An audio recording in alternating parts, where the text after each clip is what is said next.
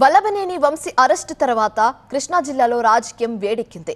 మరికొంతమంది నేతలు కూడా అరెస్ట్ అవుతారని మంత్రి కొల్లు రవీంద్ర అన్నారు. ఆయనకు కౌంటర్ ఇచ్చారు మాజీ మంత్రి పేర్ని నాని.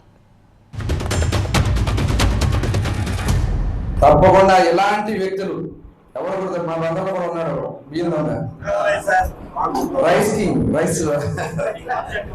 రైస్ పుల్లగా ఏమన్నారు కదా, ఆ రైస్ పుల్ల కొద్దిగా అరెస్ట్ కొద్దిగా పెండింగ్ ఉందండి. త్వరలో అది కూడా అయిపోద్ది అనుకుంటున్నాం. అట్లా ఇంకొక ఆయన ఉన్నాడు, రాము గారు చెప్పారు మరి ఆయన గురించి అని చెప్పారు. అడ్రస్ ఉన్నారా? అడ్రస్ లేడా? ఎక్కడున్నా పట్టుకొస్తాం. ఆ రోజు చెప్పాం మేము, ఈ భూమండలం మీద ఎక్కడున్నా నేను తీసుకొచ్చి బాగునేసే బాధ్యత ఖచ్చితంగా తిరిగే రోజు అక్కడ దగ్గర.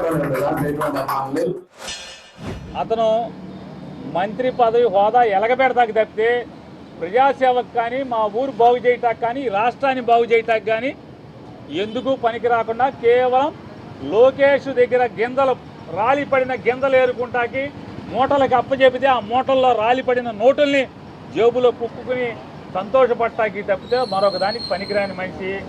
అతనికి ఛాలెంజ్ చేస్తున్నా.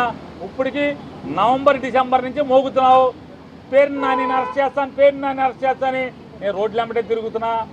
ఇప్పుడు కొడాల నానిని పేర్ని నాని అరెస్ట్ చేస్తున్నావు. ఏంటి బొంగులో నీ అరెస్ట్ వల్ల నా రోమం కూడా పోడదని నేను చెప్తున్నా కొల్లు రవీంద్రకి.